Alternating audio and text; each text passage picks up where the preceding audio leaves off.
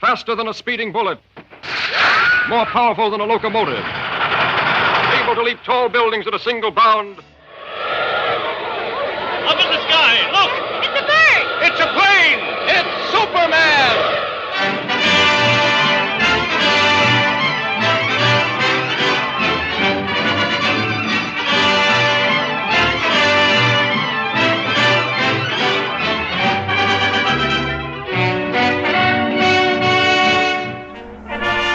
Possessing remarkable physical strength, Superman fights a never-ending battle for truth and justice, disguised as a mild-mannered newspaper reporter, Clark Kent.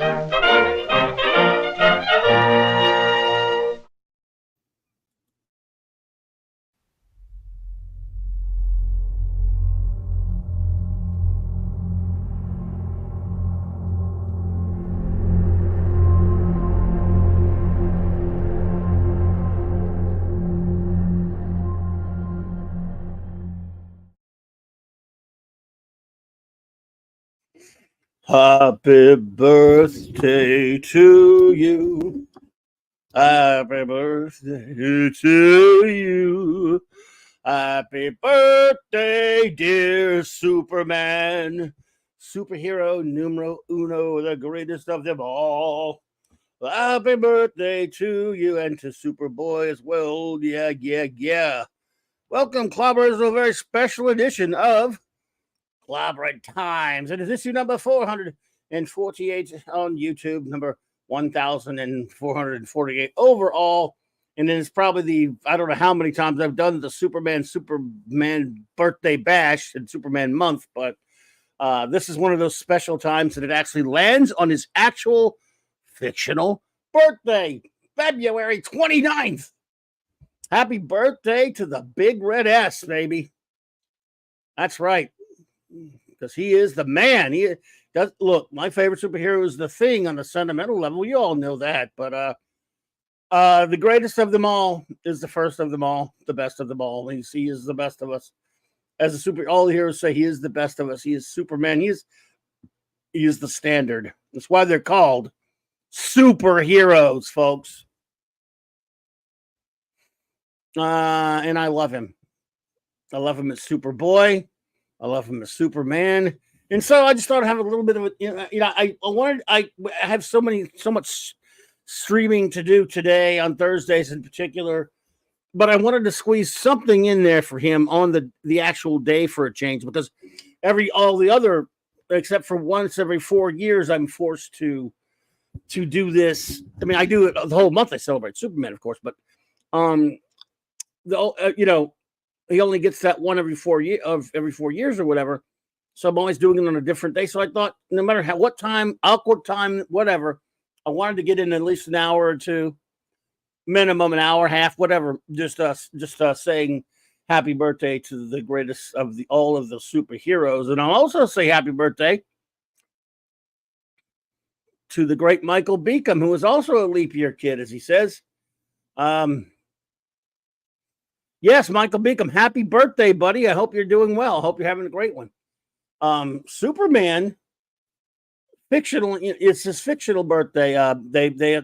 Hey, Stephen Kelly. I'll also do the shout outs in a second. It is his fictional birthday, of course. It was determined at some point down the road. Obviously, his comic book in 1938 debuted around June, I think it was, or whatever.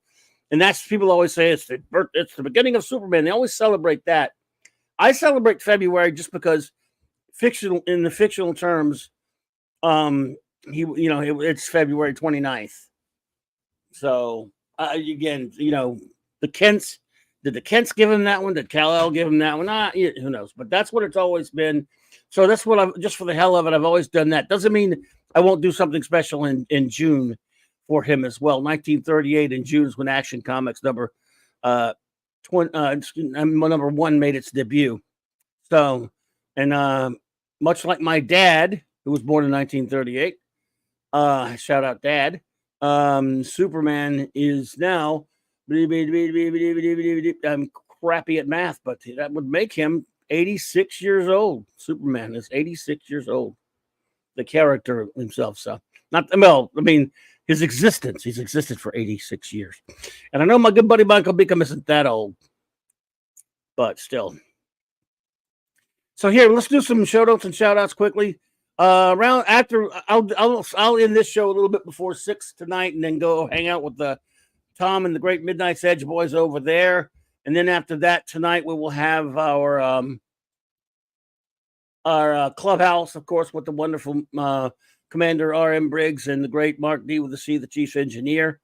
And we'll have a Blake 7 review and an Outer Limits episode review, and a lot of fun in the meantime. And then tomorrow night on the great J-Man's channel, we'll continue our reviewing of J-Man and Sean and myself will continue reviewing the Frank Miller's seminal run on Daredevil from the early 1980s. And it's just a brilliant work, and it's great to go back to revisit that again. We're having a lot of fun doing that. And then, speaking of Miller, with Nick and my good buddy Nick Weiser and the Friday Night Comic Shop boys, I will help them review Frank Miller's Wolverine miniseries from the Chris Claremont, Frank Miller, Joe Rubenstein, to be precise, miniseries from the early 1980s, 1982.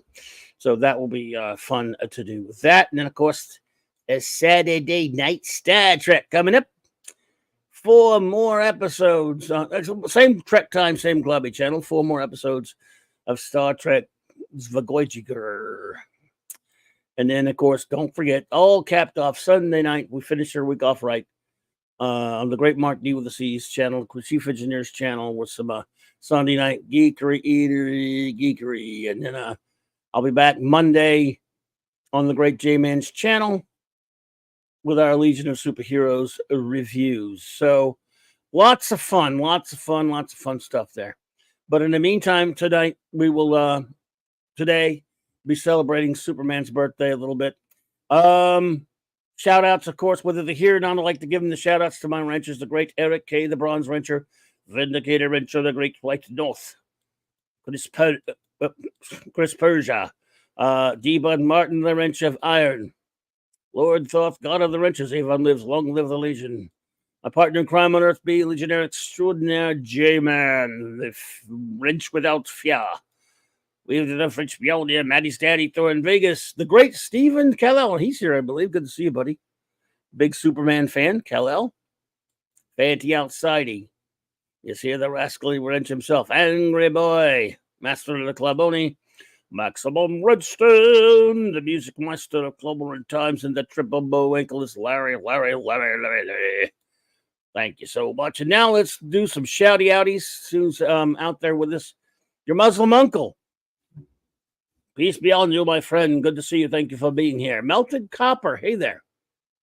Yes, in the daylight. It's weird, isn't it? Weird.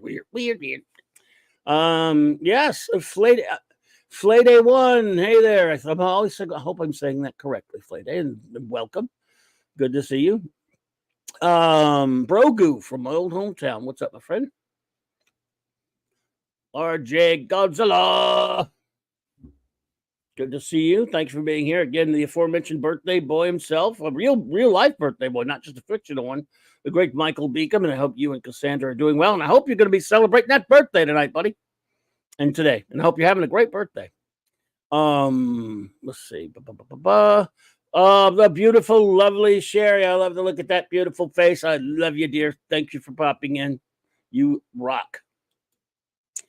DJ Play Nice. Hello there, my friend. Good to see you. John Draggy with us. What's up, John? What John? Do what, John? Come again, do what? Ben Dowdy, welcome. And howdy. And it's good to see you. Thanks for being here. Penny. Lovely Penny. Good to see you, my dear. I hope you were doing well today. Hey, Philip Story. Good to see you. For once, I'm still up when your own show comes on. You must be on the other side of the world there, I imagine. Well, good to see you. Good to see you, my friend. Thank you for being here. And that's so far everyone who's popped in. Anyone else who does will be shouted out. Jonah Hex. There you go. Hey, Jonah. That's right. Happy birthday to Superman. So there you go. I've been, again, all month been talking about the Man of Steel. The Man of Tomorrow, as he's been called, the Big Red S. And strangely enough, just a couple of days ago, they started filming, oh boy, the new movie. James Gunn's new movie. What are they calling it again? Superman Legacy for some reason. Title Legacy disturbs me sort of. And they've our good buddy Salty Traveling C sent me a picture. Shout out to the Salty one.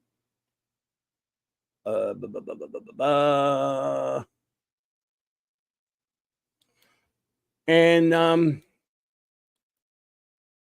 I will show that. There's a picture from the set. Hey, Picasso. Welcome to the Superman birthday party. This is David Corenswet in the costume. We're all, I'm pretty nervous. Hey, could not be reached for further comment. Good to see you, my friend. We're all consciously optimistic. I don't know who's optimistic, but we're all definitely cautious about this movie. Someone said they was going to go with the Kingdom Come S, but the design is sort of that, but it's not. It's yellow though. It's not black. It doesn't have the black background, so that's good. Even though I love that from Kingdom Come, it doesn't belong. But it is kind of the S is designed that way. It looks like, but he looks the part. It does look like the costume. Oh, I got you, Philip. Oh, Atlanta. Okay, cool. There you go. Been there many times when I used to go to Dragon Con all the time. So, for better or worse, the costume looks right. I mean, it's way better than it's been in other movies, I think. The dude looks like Superman to me. I mean, it's the movie that concerns me, the actual content. Chris Persia, what's up, brother? Good to see you. So the dude is promising as far as he looks like Soups to me. Gap After Dark. Hello. So I'm okay right there. I don't mind the guy. I mean, we don't know if he can act or not or whatever, but this is all going to be on whether it's a decent script or not. That's Gap After Dark. That's David Corenswet, the from Superman Legacy, the James Gunn movie that just started filming. With James Gunn at the helm, I'm very concerned, skeptical. But then, here's the thing about that, though. I mean, after garbage like the Snyder stuff, some of you may like it. I hate the Snyder stuff, for those who don't know.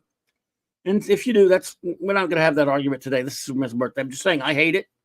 And I didn't like Superman Returns. And, even as much as I love Christopher Reeve, Superman 4 is awful. 3, anyway. Still, I love him as Soup, so it kind of mitigated a little bit.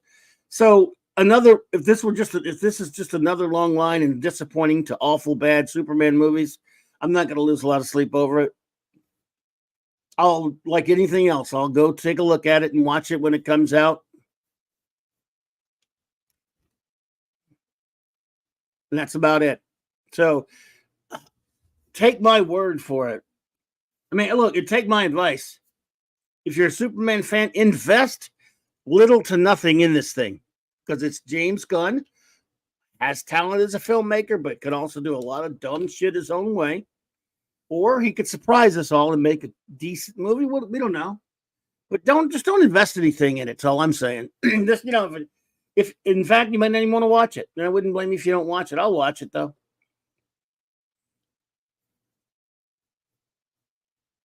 Yeah, I mean, this costume already is 10 times better than the terrible Brandon Roth costume and the shitty, horrible body condom that they put Henry Cavill in. So, hey, Courtney. Good to see you, dear. Good to see you. So there's that going. It's got that going for it, right? At least in my opinion. So that's cool. And he looks like he, the character now, if it's going to all depend on James Gunn. And all these, just talk about him casting all these, a lot of people are getting a little bit annoyed with them announcing different actors playing superheroes and stuff. But that doesn't, the only reason it doesn't bother me much because it's probably going to be like for 2-second cameos. as long as they're not spread out over the movie and they're like one big scene where you see them at the end or some kind of crap, it doesn't matter that much to me. It's all some of the other dumb stuff that he's planning to kind of for some of the other movies that really concern me. Chris says, Bobby, I don't have faith in Gunn's movie. No, I don't either. I have no faith either. If the first Superman movie needs to have Guy Gardner, Hawk Girl, Mr. Terrific, with the other heroes, and it isn't. No, but I'm saying it might just be like a 10 seconds of each of them for a minute popping up toward the end, or some kind of post-credits thing, and they're just trying to make it sound like it's chock full of heroes. But I'm with you. If they're like really, really supposedly heavily involved in the quote-unquote story, then I'm with you. It's not a Superman movie if it's that. So I'm concerned, Chris. I just don't know yet. Kal-El says, yeah, based on what I'm seeing here, I'll at least give this movie a chance. At best, my view of the movie right now is cautiously optimistic. For me, I don't include the word optimistic, but I say cautious. Cautiously open-minded was one I would use for me personally, but I understand if you want cautiously optimistic, I understand if that works for you. Justice Society movie ? Says Dowdy. It almost feels like that if he's going to put all those people in it, right? Let's see. As far as the as far off the page, Danny Dark has always been my default Superman. Well, Danny Dark was a fine Superman. Did a great voice. You're obviously referring to the Super Friends, Philip Story, and he was a great Superman voice. But so was Bud Collier. I think Bud Collier was, as well as also who else did voices? Of course, Tim Daly. Even though that cartoon had some issues with, actually, Bo. What's that guy's name? Bo something. Why am I forgetting his name? Bo's name that he did it. Bo something. The Ruby Spears guy. Script Doctor. What's up, dude? Yeah, I'm gonna have to. I think I kind of throw in with you there on that script. The cape's a little short. That shield. I don't prefer it, but I heard it's sort of the Kingdom Come-esque, but at least it's not. I like the black one in Kingdom Come, but this is at least yellow. I'll give it that, but it is not what I would use. I would use the standard one. Cape too short, shield not great. The guy looks good though in the costume. Other than that, looks pretty good to me. So, yeah, but no, I'm with you. Anyway, it's just James Gunn cannot help himself though. Let's just say, for sake of argument, somehow, some way, he finds it in himself that he's got Tom King there. So that's why I'll never have any confidence about it. Tom King's around, so I mean, I can't use optimistic like my buddy Steven can. I mean, I could say I'm cautious and I'll give it a shot, but Tom King there, so I have no faith, no confidence, none. James Gunn is still, but let's say, for sake of argument, he pulls off a pretty good, in spite of himself almost, he pulls off a pretty good movie. I'd be shocked. I would go, well, in that case, I can live with the costume problems and stuff, issues, because the guy looks, he's got the physique for Superman. A little bulky, but still has been Superman on many occasions. Yeah, but Tom King, Jesus. Hey, Birch Tree Publishing. Hey. City on the Edge of Forever breaks my law. Well, I don't remember. I've already acquitted it. I don't think it does. What am I missing? But anyway, today's a Superman day for us. But yeah, so that's that. That's the way it looks. Hey, Lord Thoth, what's up, buddy? Avon lives, long live the Legion, my friend. And said, are there any pictures of the back of the cape? No, not that I know of. I doubt it'll have the LOS shield, which would piss me off if it doesn't, but hey.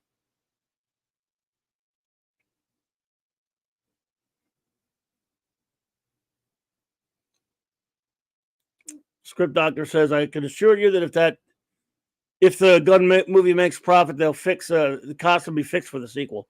Like I said, there's nothing. I mean, I don't think the costume's perfect by any stretch of the imagination script, but it's in a good movie. It's passable, and it would be the least of my concerns if the movie's any good, which is quite a bit unlikely in my opinion. J-Man Buddy. Happy birthday to Soups. Happy birthday to Soups. Yes. Let's see. But let's face it. I'm probably close to impossible to please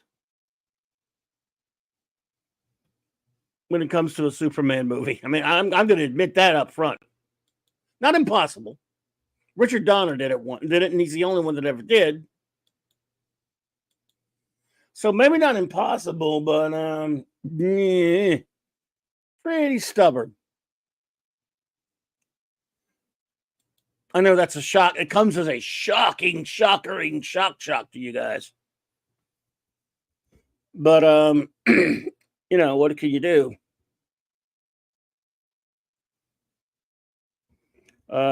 Who's texting me?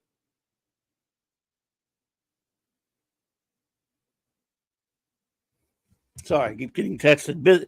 I'm usually not on this time of day, so it's businessy stuff. Getting texted. My apologies, buddies and friends.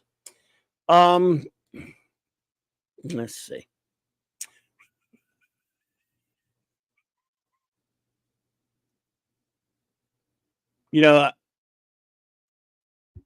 Basically, these will be my acceptable costumes. Let's look at some. I've done this earlier in the month, but because it's the Superman birthday stream, again, a tribute to my favorite Superman artists. Who are your favorite Superman artists? See, there's the thing. We just started off talking about the movie because that picture just came out, so I thought it would be something, to show, obviously. But to be honest, Superman is in movies. But Superman's a comic book character first and foremost. All these characters, we're all kind of wrapped up in the movies of these characters, and that's understandable. We all like movies, but I think I'm almost done with movies. For example, if that Superman movie sucks, I'm going to be whatever, and I'll bitch about it. I'll review it. If it's good, I'll be a little excited. I'll be, oh man, I can't believe. Again, I see very little chance of me liking it much, but I mean, I'm going to be fair, and I'd love to be wrong about that, and I have been before, and I hope I am again. So, but even the best of the movies, even the best movies that adapt comic book characters, never get it all the way right. For me, it's just if it's a really good movie, I'll go ahead and just give it, a pass, and it won't matter. Animation has less excuse, and they've been really shitty with their animation lately, most of it. So we have a birthday celebrator here.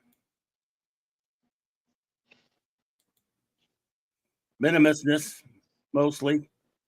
He's upside down, of course. Am I? Yes, you are. Canst thou hearest me? I had to do some last minute screwing around because nothing works here. Well, Minimus is here and upside down, folks. He's flying. He's flying. That's kind of fitting, actually. Like you're showing your flying abilities. There we go. Thank you, Courtney. You're too kind. You're upside down. Nothing Can matters. you hear me? I can't hear you. This is weird. There you go. You're right. It did now. It's your sort Superman shirt. Yeah. Yeah. You don't have to be on camera unless you just want to be. So I don't know how this works. All right. Steven says, let's see here. Question: what was your opinion of Christopher Reeve's Superman costume in the first time you saw it? Oh, I couldn't believe how cool it looked. I couldn't believe how good it looked, considering at that time, we weren't things weren't so polluted that there were a zillion different, pictures and nothing. You just had pretty much Superman had one costume, and there were some slight variations at that point, but nothing drastic. So when I saw it, I guess it was obviously, remember there were Superman ads and comics, the movie Forever.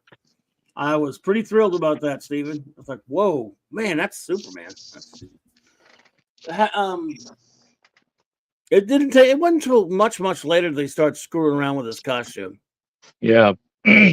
What did you call it? The basketball pattern on the Oh yeah, on costumes? Superman Returns.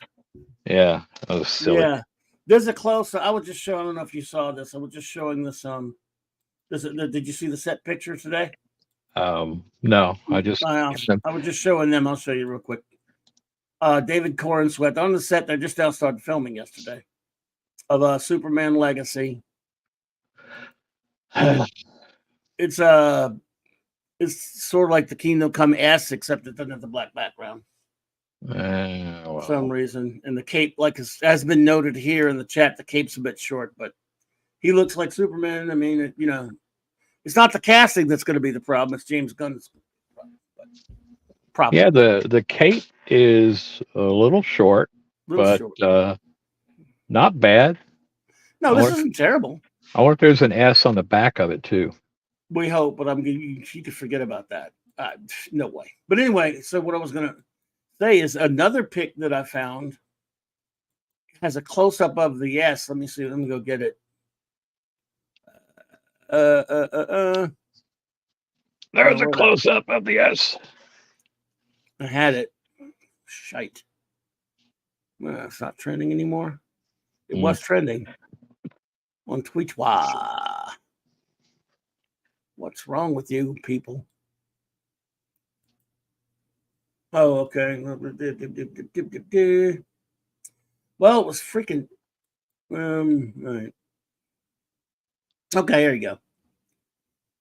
The S is true. Here you go. Now, again, we talked about how that everything's got to be ridged and there it is right there. That's it. Look like a close up of it. Yeah. But do you remember when Superman Returns came out, the S in the comics started being raised and small. Yeah. And it was a darker red. It was almost maroon, and this looks like it's that. Well, not quite as raised. It's raised, but hey, Adrian James, yeah, it's still sort of basketball-y. Yeah, it's like the back of a lawn chair. Yeah. It can't just be normal. I mean, it's got. Yeah, because you got the perfect one. You got Christopher Reeve, and when I was a kid, George Reeves had the perfect Superman costume too, and I never even had a problem with him not having the S curl on his hair, because he was so good as Clark Kent and Superman. You kind of went, I don't care. Yeah, the Lord thought I hated already. That's not my S. Yeah, hey. Someone said the Ralph costume. I hate. Well, Ben Downey, I respectfully disagree. I don't like the Brandon Routh costume, but it still had the same basic outline. I don't like it. It's not as bad as the horrible even though the Zack Snyder movies aren't Superman anyway. I like Cavill as an actor, but that horrible blue body condom that he wore without the trunks was to me the worst of all. But I mean, this costume is the right design. It's just it was supposed to be a direct sequel to Superman 2. But for some reason, he went somewhere and had his costume darkened and I don't like it. Rubberized. Yeah, it sucks. Yeah, I mean, it's no. Yeah, no, I'm totally with you that Ben that Brandon costume was crap, but and I remember we were pretty upset about it. We were pretty upset about it at the time. Then when we saw how later the Screw 52 started doing Superman's costume, because the Cavill costume was based off fairly much out of Screw 52. Hello, Patrick Britt. Well, I think we know why they did the changes. Why they always do changes, especially in superhero movies. It's to sell toys because it's the same costume he wore 10 years ago, and I got that bigger. Um, Yeah. Brandon Routh's action figure did not look good. No, nothing looked good there. But I tell you what does look good though is different artists' renderings of the costume. So on the Superman celebration, let's celebrate his greatest illustrators. Because as I was saying before Minimus got here, Superman is a comic book character first. You want to show that? Is that upside down? That's Kerry Gamble. Hang on. Well, yeah, but I mean he's cool, but I want to show some Superman's greatest artists. But if you want to show original art, well, I was about to do something. Go ahead. Well, I'm sorry. I run in and peed in your pool. Okay, this is one of the greatest. If I can get my stupid fingers off of it. This is an original. It was inked by Joe Rubenstein. Rubenstein. Yeah. Rubenstein. I don't know. Rubenstein. He's not gonna track me down. Yeah, this is Garcia Lopez Superman. Inked by Rubenstein. Wow. Yep, I got this a few years ago at a con in Lafayette. I'm kind of behind on all this stuff, and this was drawn by Rags Morales and inked by our personal friend John Dell.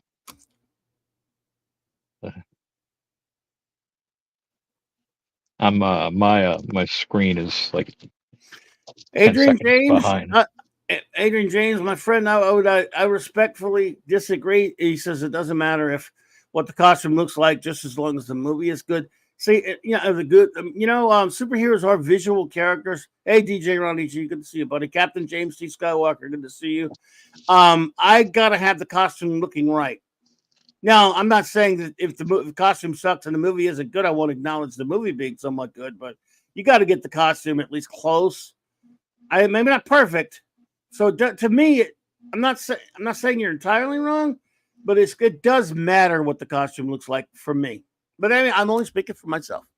So this is another Rags Morales John Dell from the Batman Superman book, and they look at that costume.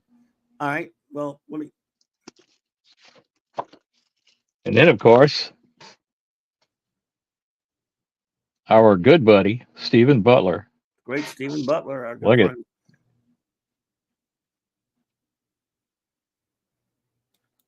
Isn't there some original tampered with artwork from Jack Kirby artwork of Superman? I don't know. Is there? I don't know, RJ. As far as untampered with, I don't know. I think the pencils are intact somewhere. What they did back then was probably just like they didn't erase the face. They covered it. They covered it with a Murphy Anderson face because that was their house style. But it still does exist out there. I think his granddaughter, posted something on there, and that was from Jimmy Olsen. She might have done something from Superpowers. Never know. Some of the Superpower ones, I think he did get to draw the face. So, Superman on this birthday, which again, as I've been doing all month, celebrate his best illustrators because we look, and I guess it really doubly need to do that now because we started out with some news about the movie, and this Superman birthday is about celebrating the character. The character's so big, much bigger than a few movies. He's had thousands of comics, good or bad, but he's only had a handful of movies, and his native home is comic books. I mean, animation's a good cousin to it, but he's a comic book character. So let's take a look at some of his greatest artists that I have been doing all month. And you can't do that without the granddaddy of them all, the great Joe Shuster, who, I mean, helped conceptualize the character, and he was, one of the creators. So we love his work. And then a couple of the guys who defined him for an era, like Wayne Boring. Yeah, Wayne Boring is underrated. Yeah. I think they should be, you know how they do these DC milestone, whatever they call it, those hardbacks, and they'll do something with Gene Colan's Yeah, Batman. I Or know. I wish they'd do one here. they should do a Wayne Boring They could do version of that. multiple volumes of it. Yeah. Courtney. Good night, Courtney. Good day. Good to see you later.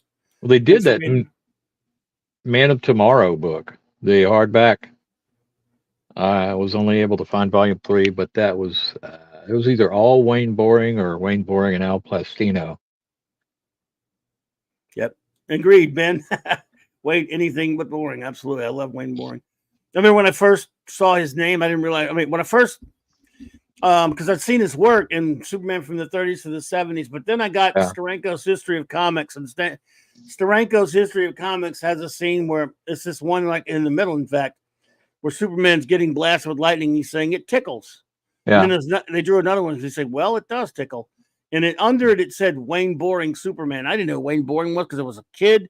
I was like, so is that Bruce Wayne, like really boring Superman for some reason? What he means? I find Anyway. Wayne boring. He's boring Superman by blasting him with lightning. So anyway, what? He was the first person I ever saw that drew Kryptonopolis, the city.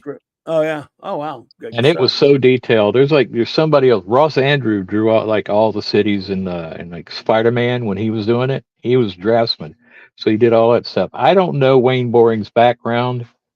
Not even really sure when he died. I kind of think it was the 70s or 80s. It was the 80s. Oh, no, it was actually late 80s. But he was an old school illustrator, and I guess putting people into his illustrations was the hard part of his job. But he drew one of the best rockets. You know, the when Superman rocketed Earth as a baby, it looked like it could work. Hey, FKH Tim, what's up, buddy? So, then of course is my all-time favorite, Mr. Swan. He's the definitive Superman artist for me personally. Yeah. Various inkers made it even better sometimes, like the great the Swanderson team of him and Murphy Anderson. But I mean, outside of maybe Coletta, no one could really ruin him for me. Well, and, and even he couldn't. But boy, it wasn't good. Did Bob Oxner ever ink Kurt Swan? Oh, as a matter of fact, the comic I read the other day at a random, the first Vortox appearance, it was Oxner. Oh, He inked him a lot. The only one I didn't like Dave Hunt too much, or I don't know. Then there were guys he like was. Tex Blaisdell, Yeah. who was sort of there. They George Klein would was great though. they would hire people that you would refer to later as workmanlike. Workmanlike. Yeah. They weren't really putting anything into it. They were just going over the lines. To me, one of his best later inkers was Al Williamson. Williamson at the end, toward the end of his career. Yeah. That was hard to believe. George Klein was great. Williamson, of course, and Anderson was my favorite. Perez. Oh my God. Perez, yeah. Perez should have been on that book for years. Oh, he should have inked him forever, man. He only inked him like once or twice, but yeah. And but not Dave Hunt, not so much. Like you said, workmanlike at best. And then of course, he never really did much in interiors, but Neil Adams. It's funny how compared to almost all these other guys, Neil Adams rarely, I just said rarely, not never, but rarely did interiors of Superman, but excluding maybe Superman versus Muhammad Ali, or just about it, maybe, probably. Yeah. But covers, he became so, man, Neil Adams Superman covers, Superboy covers, makes him one of the greats just for that. May Neil Adams rest in peace, but boy, you listen to him talk about it, you would think he wrote everything. Yes. But his favorite inker of his stuff was, and it's very obvious, was Dick Giordano. Oh, well, yeah. Love him. When you got those two on Superman, that's it's hot, baby, hot. I'm trying to think. There was a Frazetta illustration of Superman that was floating around because it was on eBay, and everybody said it's fake. And no, they verified it. No, I see. Yeah, I have seen that one. I actually used it on one of my little thumbnail thingies. Yep, So it's strange, isn't it? Yeah. And then of course the style maker himself, the style book guy himself, the great Jose Luis Garcia Lopez. I did a couple of those hardcovers on him. I got one of them. Love him. Yeah. Love him doing all the DC characters. And he didn't do a lot of interior either. I mean, like he did like a Superman issue where he's fighting Grundy. It's almost memorable. He also did some DC Comics Presents. There was But I love two. him. They had two artists that were their style guides, and one was Garcia Lopez, the other one was Gil Kane. Yep. And Gil Kane did a run on Action Comics. It was a multi-part story that seemed like it lasted forever. Speaking of, yeah, love him. God, I love Gil Kane. Yeah. And he was really just off the hook, just doing his own inking and Yeah. stuff. When he did it, it was crazy.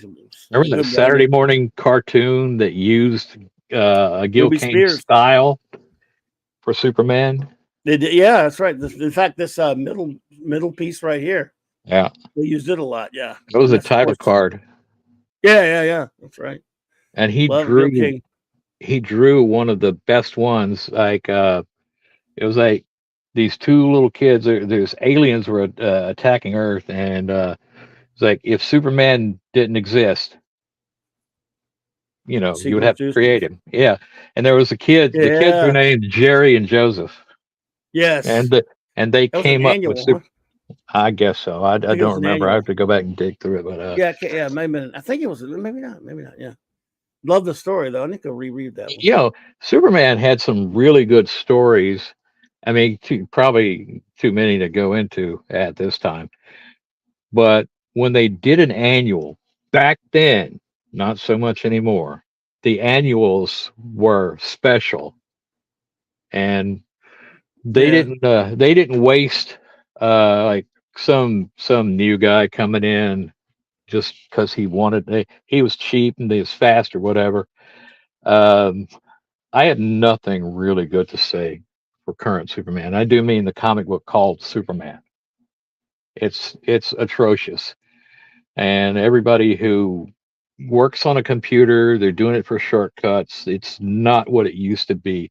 When you're Kurt Swan and you can turn out like 2 Superman books a month, uh, that's daunting for some new guy to come in, because people like Swan and Kane and Kirby would come along. They'd do like dozens of pages a month. And now you got these guys on computers who maybe if they would let go of the freaking mouse for a while and actually use a pen and pencil, they'd see what they could really do. But Yeah. my favorite Superman artist is it's a tie, but it's gonna come out Kurt Swan, but Kurt Swan and Garcia Lopez. Yeah, love them. Love Yeah. them. And there's another one that didn't do a lot of interiors, but George Perez did enough great Superman for Yeah, he did. I mean, He took over Action when it came back, right? Anyway, I think for a short time. Oh, Mike, I think he did it actually After in the Crisis. Screw 52 era. He did it. Okay. But yeah, but I don't know. Swan will always be my favorite, but yeah, there's so many other great ones too. I had to find a few. I mean, here's a guy that did it in an era I don't like because it was post-Burn drivel, but I do like Jerry Ordway. Jerry Ordway, fantastic. Yeah, I mean, he does a great soups, even though that's technically speaking, that's Burn soupies. Which you notice I didn't include Burn in this. Yeah. Indeed, Lord Thoth. Well, buddy. Byrne had one good Superman illustration, and he wasn't even drawing Superman when he did it. No, that's right, for the art of John Byrne. Yeah. Yeah. No, I agree with that. Alex Ross did some nice Superman, of course. Yeah. That was his favorite thing to paint. He said in an interview, he's talking about all of his characters he'd illustrated. He said, but if you're going to pick one superhero to paint, always go with the guy with the blue shirt on. Interesting question from Captain James T. Skywalker. Was there ever a deserving farewell Superman story? It's funny you mentioned that because just this past Monday night, my dear friend Ace Castron and I reviewed that, James T. Skywalker. We did a whole long, in-depth review of the final, where as much as I hate that they were doing it, it is a very deserving farewell to him because of Paul Levitt. See, DC was forcing this, Jeanette Kahn was forcing this, John Byrne, who later regretted it, was also in on it, and so it was the removal of DC from the removal of Real Superboy from the DC's new continuity after Crisis, and the Byrne part of the story was couched in Legion issues, and so as disgusted as I was with them doing this to him, they gave him a wonderful, dignified. In other words, not a punk bitch death like Han Solo got. Yeah, He got a heroic one. And I love this cover as the greatest hero of them all. So yeah. I recommend this story, as heart-wrenching as it is, if you're a Superboy fan. It was brutal rereading this again after all this time. Hey, Sean, what's up, buddy? Good to see you. So yeah, to answer your question, James C. Skywalker, yes, there was a deserving farewell to Superboy. It's this story. It starts with Legion of Superheroes, Volume 3, number 37, continues into Superman, Volume 2, number 8, Action Comics, number 491, and Legion of Superheroes, Volume 3, number 38. And it's gut-wrenching and it's sad, but I love it. Jedi Bill, welcome, my friend. Greetings. And Sean says, happy birthday, Superman. Happy belated birthday, Lori Lamaris. Yeah. Oh, yes. And by the way, today would have been C.C. Beck's birthday, the great creator of Superman's close rival, the great Captain Marvel. So where were I? I was on Alex Ross. So another one that I kind of like a lot was Frank Quitely, because I love All-Star Superman. I know, off-the-wall choice, but I like it. And he's got the S and everything. See? He's got the red He S was a big, muscled, bulging muscle Superman. And when he was Clark Kent, it was the same thing. If you look at the Clark Kent that Frank Quitely drew, he just basically put a suit and tie on Superman and swept his hair back and put the glasses on. And somehow Lois was still not able to tell who he was. True. A guy who should have did more Superman, Gary Frank. Yeah. I did like that Secret Origins he did. He was and he had flat out admitted, he and Johns admitted that he based him on Christopher Reeve. Yeah. There you go. Right there. Yeah. That was he was pretty damn good. So yeah. But yeah, he's the best. And but yeah, James C. Skywalker, well, if you ever get a chance to read the whole story, I recommend it, sad though it is. And at least he goes out in with dignity and as the hero that he is, the greatest hero of them all. And it's just sad, that was an emotional story for us. We kid around, we joke around and kind of stuff, but both my friend Ace and I reviewed it. We've always talked about that story. It's been about 30-something years since I'd forced myself to read it again because it was so brutal. And it's funny how even John Byrne admitted that he regrets it, which is, as someone who's got a lot of problems with Byrne, I'll at least give him some points for that, for what it's worth. Hey, Parker Luck, what's up, buddy? Good to see you. He says, Bobby, whose given birthday is it today? It's the fictional birthday of Superman, of course. So it's the fictional birthday of. Wait a minute. Oh man, you should cue it up better, dummy. It's the visual. It's the birthday of Superman.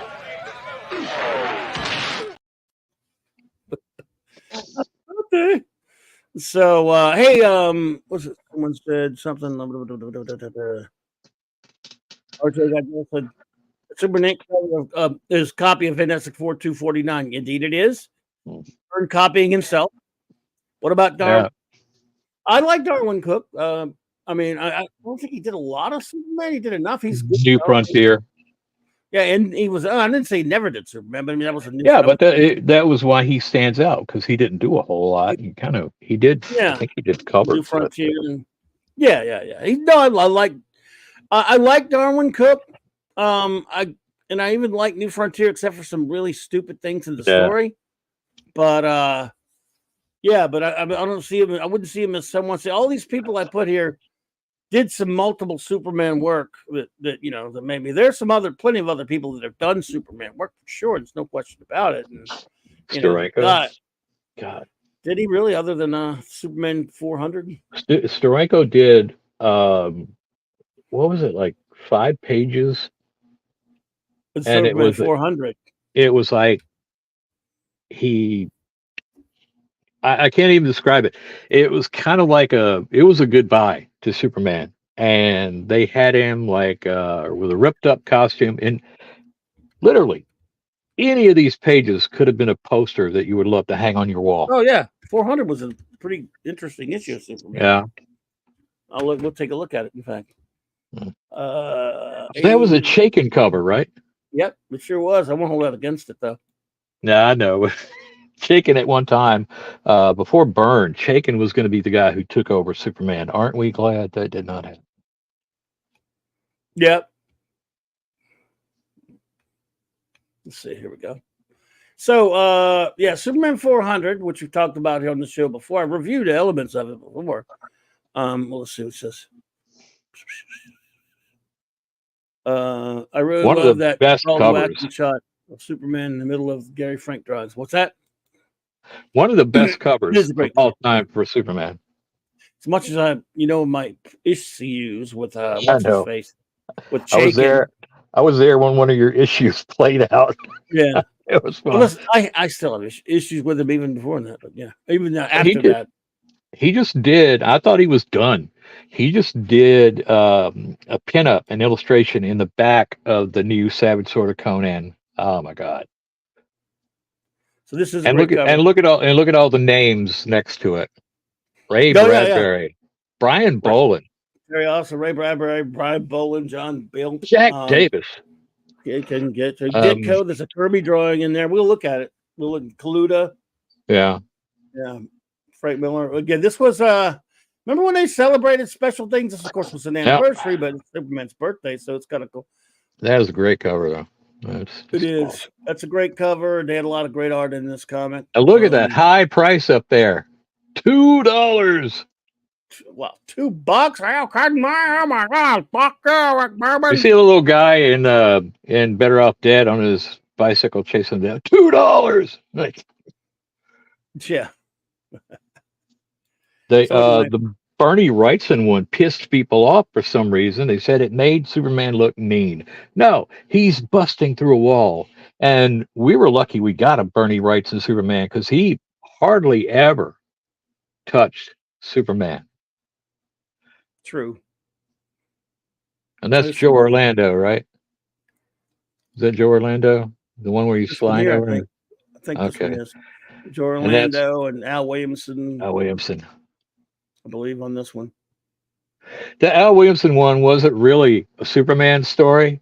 It was about, hey, drink this cola and you'll feel good. And the guy takes it and goes, it tastes great. And another guy goes, well, that's all that really matters, isn't it? Yeah. And then here's, of course, different pinups in the book. Bolin, Kirby, awesome. Byrne. They even had a Jack Davis. Yeah. It's not working. Can't click on it. Oh well. Frank Miller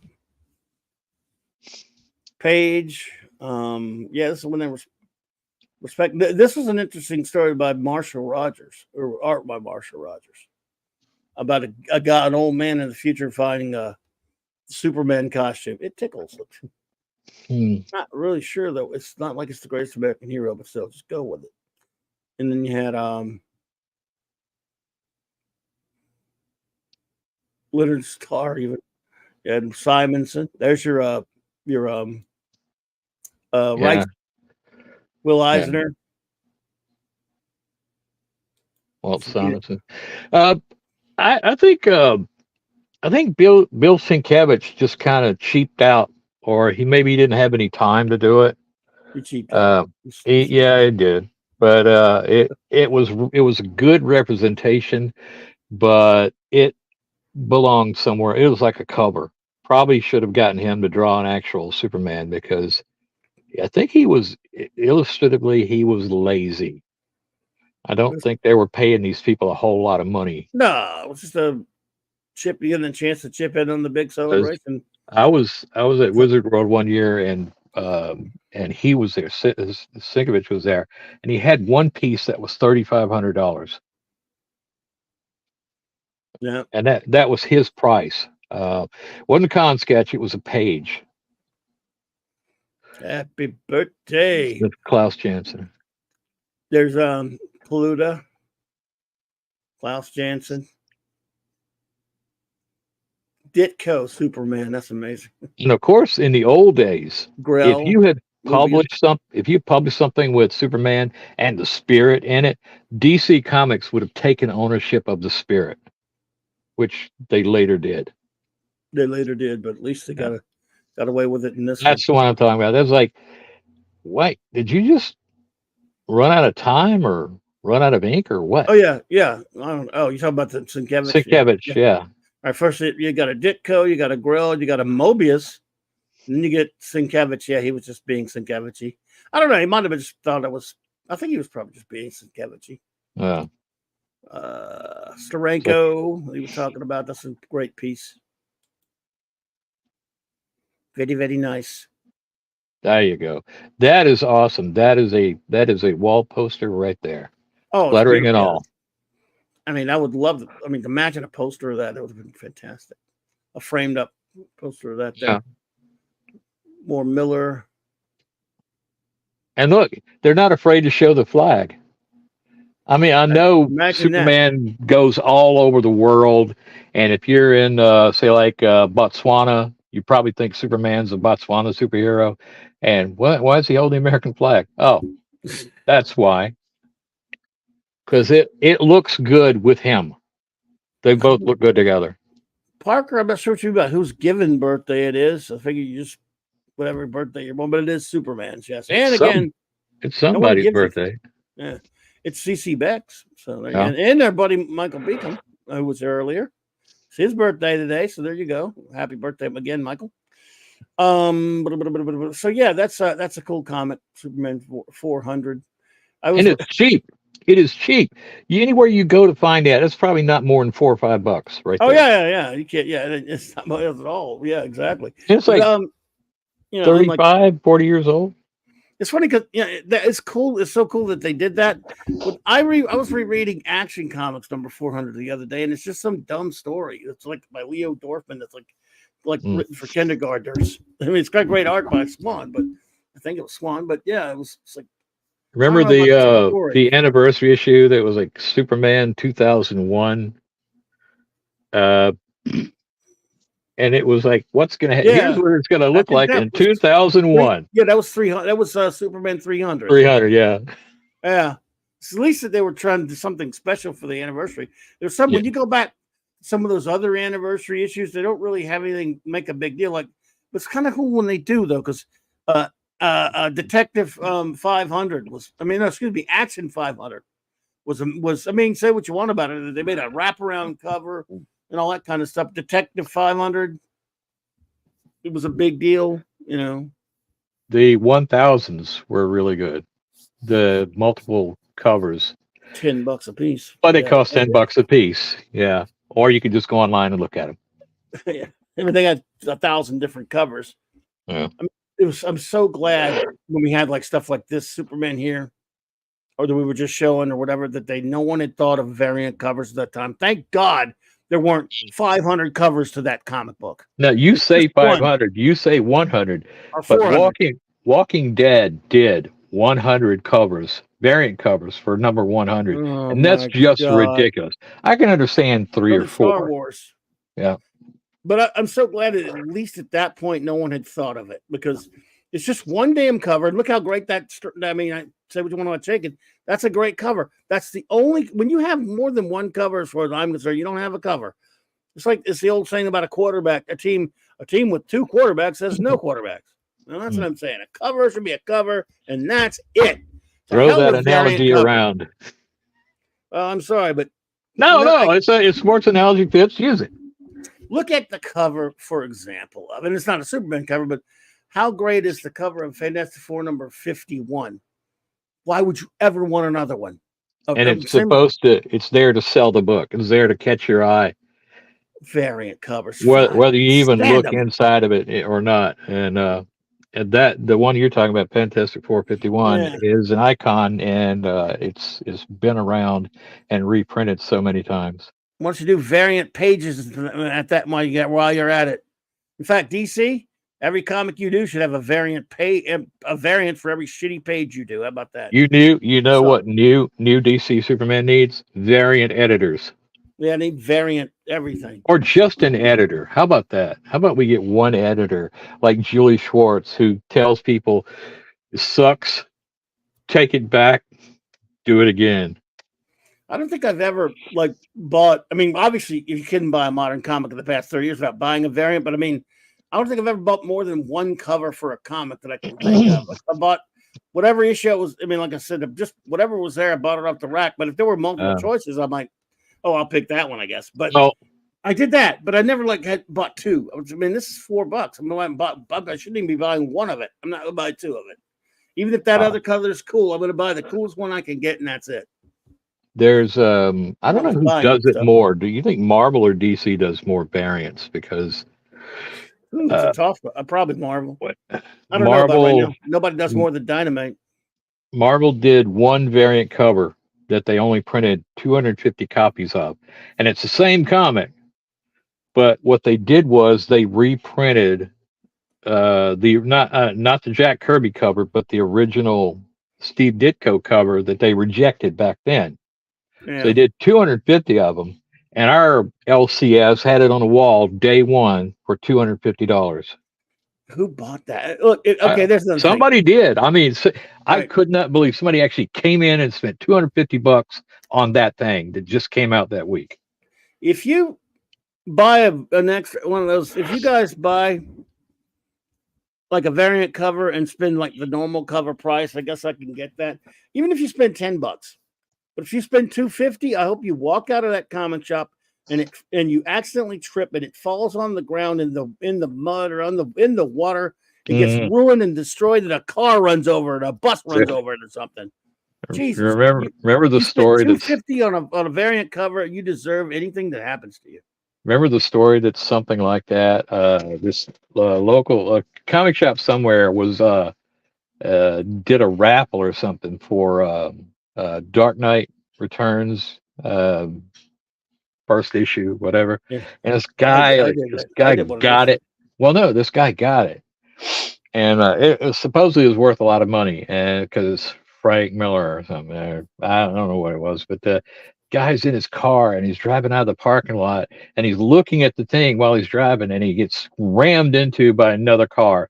And the last line of it, so he had to sell the comic to pay for the repairs on his car. Nice. Sold it to who? Another moron? I guess so. Captain James C. Skywalker.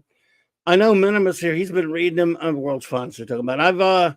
I've read a couple. I don't like the art much. I mean, I like Wade can write. So I mean, I think what I've read is okay. He said he said so. James C. Skywalker's enjoying that, and you're reading it now, right? Yeah. I have to put stuff aside for the writer. Frank Frazetta once said you have to separate the artist from the art. I don't think I would like Wade if I ever met him and had a conversation with him. It wouldn't last very long. No, but you can't deny, unless you want to, you can't deny he's written some really good comics, and they're not all DC or Marvel. Yeah, he's written some good stuff. Let me acknowledge this, Matt. Tom, dude, Midnight Heads After Dark. You didn't have to do that, brother. Thank you, man. That's so kind of you. He says, happy birthday, Clobberin. It's not my birthday. It's Superman's birthday. And Clark Kent. Not many get at 108. Get to be 108. I love you, brother, but I hope you. This is actually my birthday's in August. This is every February 29th, even though there's only a few of them, is Superman's birthday, and I did Superman, so I do the Superman birthday bash, Tom. But thank you for that so much. I'll be hanging out with you guys later in a little bit. You're gonna be on in an hour, right? So I'm gonna be done by then. But thank you so much for the super chat, buddy. I hope you weren't under the impression it was my birthday. But either way, thank you. And Superman appreciates it. Well, Just Joe. It says Minimus and Prime and Clobby from Old Blog. Yep, that's Minimus Prime. So Just Joe, good to see you, buddy. Thanks for being here. He used to be with us. Yeah, I remember. Well, one of the bottom line things for me about Superman, he represents something, truth and justice. That's one thing, but when you see a film that somebody made in Pakistan about Superman and a woman in a Spider-Man costume dancing in the sky, you know Superman has reach. William Shakespeareberg, what's up? Welcome. It says Superman is now 108 years old. Just look the day ever. Actually, he's 86. Tom, he just saw birthday bash. Oops. Well, I'll have to kick that back to you, Tom. Sorry about that, bro. I didn't want anyone to think it was my birthday, but I don't do a birthday stream for myself. I never would. Do you remember that explanation that DC printed as to why Superboy and Superman were existed, like I think it was like 15 years apart, where they said that probably the first time I read something about Superman's birthday being February 29th, but supposedly they were always going to be that far apart until John Byrne came along and said, "Screw you, I'm doing this my way." But Superman and Superboy existing in their same timeline, it never bothered me when I was a kid and I bought a Superman or a Superboy comic or Action or World's Finest or Legion, Adventure with Legion. It never bothered me that Superboy knew these people. And one time they took it, and they didn't take it too far. I think it was Action or World's Finest. Superboy met Robin because Superman in the future opened a present from somebody, and it was a piece of exploding kryptonite, and he was going to die. But Robin had to go back in time and get some kind of serum from Superboy to save him in the future. That sounds convoluted, but that's time travel. But that's how they got Robin and Superboy together. Oh yeah. Well, let's see. And I could relate more to the Superboy stories than the Superman because I was a kid at the time. And how many of us wanted a tunnel under our house so that we can get out? Or a lab, or our dad owning a general store. Oh, I believe we all did, didn't we? Yeah. See, this was about Superman's birthday, this comic. Yeah, one of the best, or if not the best. Carlos and I reviewed it a couple of weeks ago. For the man who has everything. Look at that. Great birthday story. That's a great Superman birthday story. So, yeah, we had a lot of fun reviewing that. Great story, though. Let's see. Where am I? Where were I? Oh. Now we have good see the Superman 400. But see, it's funny, like when they would celebrate, like what was Superman 100 like, for example? Here you go.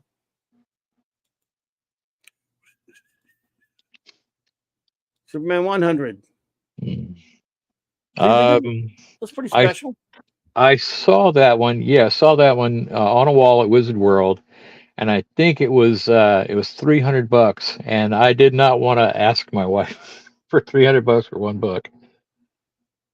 But still, that would be they should reprint that. They're doing facsimiles of everything. That one they should. And another stupid thing about reprinting and facsimiles. Of course, it's nice to see them now, and they don't cost millions of dollars, whatever. But the facsimile, believe it or not, of Superman #1, somebody had it on eBay for $90. Anonymous gamer, that's ridiculous. They need to be something needs to be done about it. Don't jack up the prices on facsimiles, you assholes. Yeah. They're reprints. That's not what they're for. That was the old Marble Tales. They were in like a dime box somewhere because it was reprinting Spider-Man. And, granted, it was the only way you were going to get it without having to spend dozens of nickels on them back then. but they're reprints. And they would say in the bottom, originally presented in whatever the number and comic was. They did that with FF. They did that. That's weird. The only time DC did that was when they did their 80-page giants, and they would put those things in the back of the book. Panty, I didn't forget. I mentioned CC Beck's birthday. Happy birthday to the great CC Beck. Calvin Clarence. I've already done it. So, yeah. And Patrick, yeah, facsimiles are selling at high. This is ridiculous. It makes me sick, man. That's not what they're for. The good thing about facsimiles is, and it pissed off Dan DiDio at DC, Good. at one time, the facsimiles and their dollar comics, as they called them at the time, outsold their new comics. Now, I know part of that is because they were $1 and new comics were $2.99, but could it also be that the dollar comics that DC was reprinting at the time were just better? Yeah, of course. Mm. Superman number 200. Again, they didn't really go out of their way to make anything special on the cover, but there you go. Let's see. Now, 300 was special as far as it was event. It was treated like an event. But at that point, they were doing that with landmarks. This, I think I still have this one. Superman 2001. Yeah. Just imagine the Man of Steel coming to Earth as a baby today and growing up in the world of tomorrow. And that was not Joker. One of Kurt Swan's best anchors right there. No, it wasn't. This was Bob Oxner. Yeah. Well, I mentioned him a while ago. He didn't have a handle on Kurt Swan. He did. I thought this issue was all right, though. But yeah, for the most See part. those little dots down there in the street? They're supposed to be people. George Perez would have put smiles on everybody's face. Yep. It was interesting. I need to reread that one again. Then, of course, like what we were just looking at before. 400, though. Man, oh, man.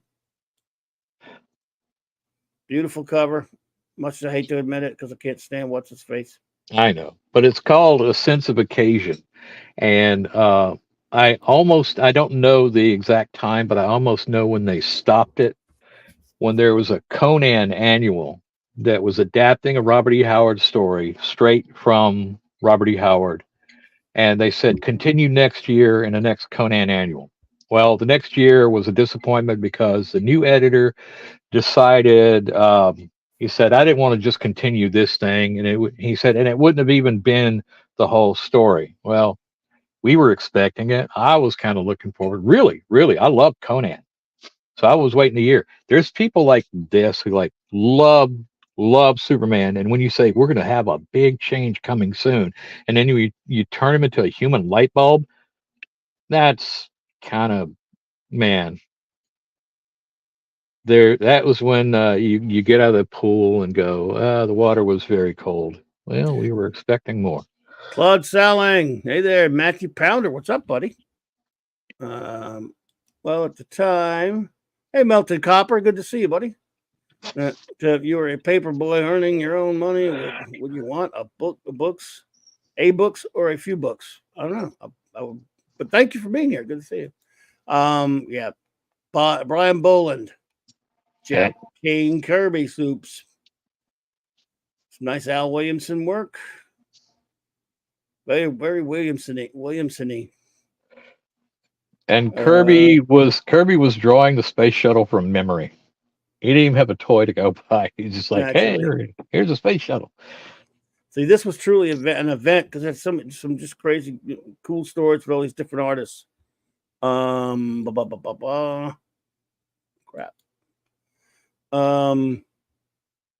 Really saying that this happened. This guy. What? You're frozen up, so it'll unfreeze you in a second. It happens sometimes. There you go. You're back. No, I said the story this guy's telling didn't necessarily happen. He's just telling it to sell soda. Yep. That may have been a commentary on the way people want to sell comics now. Got to be a gimmick. Happy That is birthday, big guy, says John that Byrne. is actually that is not even the best Superman he's done.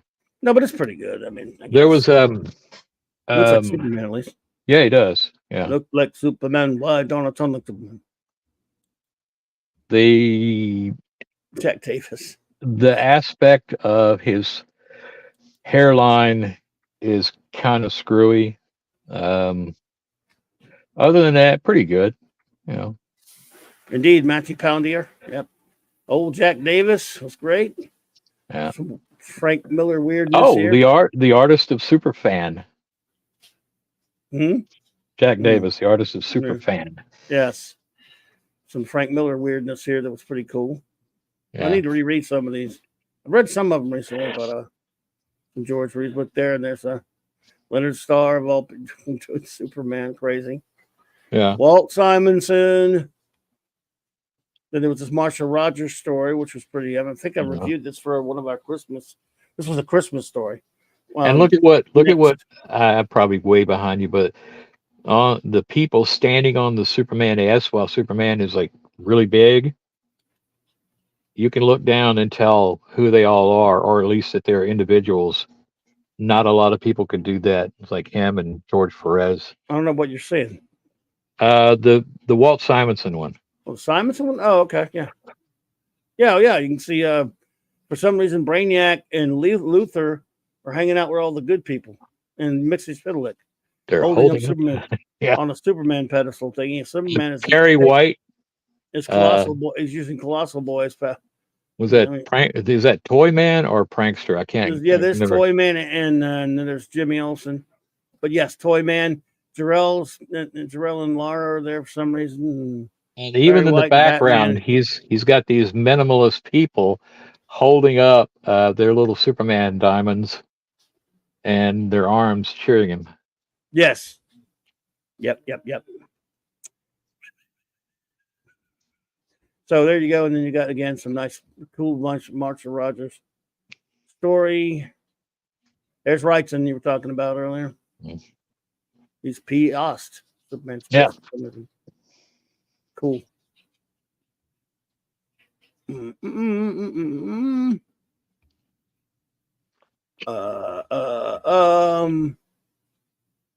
can't remember who did that one. And then, of course, there's me. Actually, there's anybody who just loved drawing by drawing Superman, and that was like what I used to do when I was a kid. Since I saw Popeye on TV, and then I saw Superman, I started drawing them. So, Superman, the fictional character, has inspired a lot of people into cartooning, and if not, just outright art. Oh yeah, no question about it. Amazing stuff. Someone said, "Oh, you know what? Go ahead." And this is stuff that was meant to be thrown away.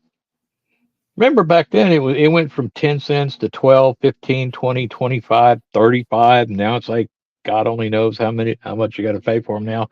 But back then, a dime or 12 cents, my mother gave me like $2, and I would come back with a stack of comic books from the store. And, I didn't waste it. Of course not. I know I forgot something. Damn it. You're wearing pants? I am? I mean, yeah. Well, you said you forgot something. It's nobody's business but your own. As far as I know, there's no YouTube rule that says you have to be wearing pants. Just saying. Or not even you don't even have to wear your own pants. Max Redstone, what's up, brother? All right, let's see. No, I said I forgot to load some pictures for today because I'm an imbecile. I forgot to load them. Oh. Since we're talking about art, how about merchandising? They have merchandised the hell out of Superman. They have. Since it came out. And sadly, all the stuff that they've done, the creators got none of that. The Superman peanut butter And remember the real flying Superman, which was like he had huge cape like uh, for wings, and he would either throw it or use a slingshot. Yeah. There's so many Superman toys. Trying to think of one. And any kind of merchandising you can think of, Superman has been on it. Oh yeah. You remember back in the 80s, I had this friend of mine, and she showed up at the Swamp Con that you and I went to, that we hung out with Kirk Allen. Yeah. And he was doing the circuit. He was going to different cons and shows and stuff, and doing he had, his name was Mike, and he had probably they say it was one of the top Superman collections in the world. One of the very top. Yeah. Yeah. And let's see here. All right, let's see that. Okay. Then that'll work. That'll work. Okay. I want to show some pictures. Just want to make sure I'm doing it right. And I need to. I guess I can just do it this way. Bop bop bop bop bop bop bop bop. Sorry, folks. Vamping till I get this thing ready.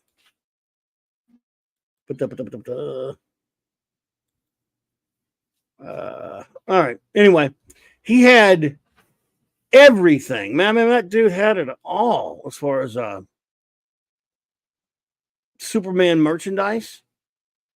It was unreal. So I didn't believe him. Just kidding. What are you doing? There we go. All right. So I was going to show a couple of pictures because I was asked about. Someone asked about your favorite action figures. Let's see. Patrick said, "Do you each have a favorite Superman action figure? The classic stuff, not the new DC Direct stuff. There are so many. So many of these. Mine is still the Mego version. Love it. Yeah. Well, I don't have. Yeah. I don't think I have. I have sort of a Mego, one of the newer redo Migos before. What about you? If you could tell me yours. I've got a bunch of them. I got two of the smaller ones. One of them is Mego, and it was like a Mego redo.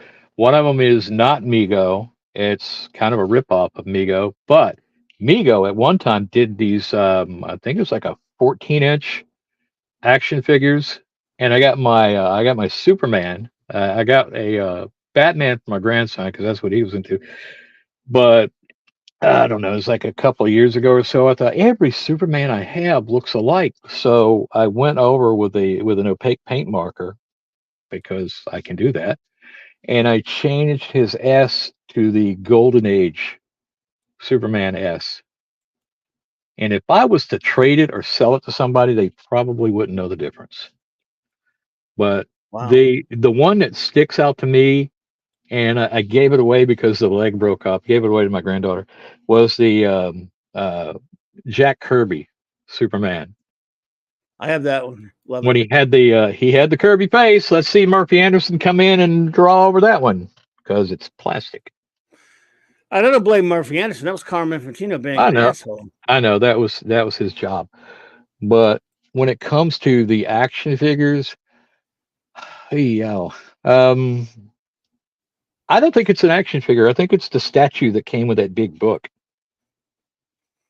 Oh yeah, I've got that one. Yeah. I'm going to show a few of those. Spent like $65 on a book, and you open it up and find out there's this not giant, but a good sized statue of Superman in there. Yeah, Schuster type statue. It's incredible. Yeah. And there was also, I mean, I don't have anywhere close to as many figures as some people, but I have quite a bit of different variant Superman figures. And I do have some of the DC Direct ones you're talking about, Patrick. I love those. I only have, I don't know, those. I mean, those are the ones I was able to get. I mean, I don't have my old Mego ones from when I was a kid, which I loved. Boy, I got that. You can find Superman everywhere. There was some of the other and Batman and some other ones. It was tough to find some of the other ones. The Superman Mego reissue You can find it at Walmart for $20. Yeah. Or you like I do, wait for them to go on sale. And they're 10. So Yeah. and they're all in what they would consider the adult collector section. If you see like God, don't let me say this word out loud. Funko Pops. Ugh. It's in that section, but they're not the balloon headed characters of like Funko Pops do. They'll hang them they'll hang them on one of the little pegboards, and they're usually in boxes like the Mego. Um, yeah, I can't even. I think I got my giant Superman from GameStop. Yeah, I did. Yeah. Yeah. That's And right. they are readily available. They're not rare anymore. Remember when we used to have to run around and try to find this stuff? Like I found the Christopher Reeve Superman, which I do like, and I I hate myself for what I did with it. I put him in. I put him in for Professor X's chair, and I said I'm going straight to hell for that one. But I just thought it was funny. But the Christopher Reeve Superman, it's so small. But if you look at it close, they got a really good head sculpt on it, Yeah. and it looked like the Christopher Reeve. It looked like the costume, and I don't think anybody ever did like a Lois and Clark play set where they did because they know what we'd be doing with Terry Hatcher. They didn't introduce a Dean Cain, Terry Hatcher, Lane Smith play set. Because even if Dean Cain with no curl, I would have gotten that one. Oh yeah. Yeah. I saw the costume up close one time in Con in Mississippi, but the problem with that one was, and not really a problem because I don't look down there, was the rectangular belt buckle.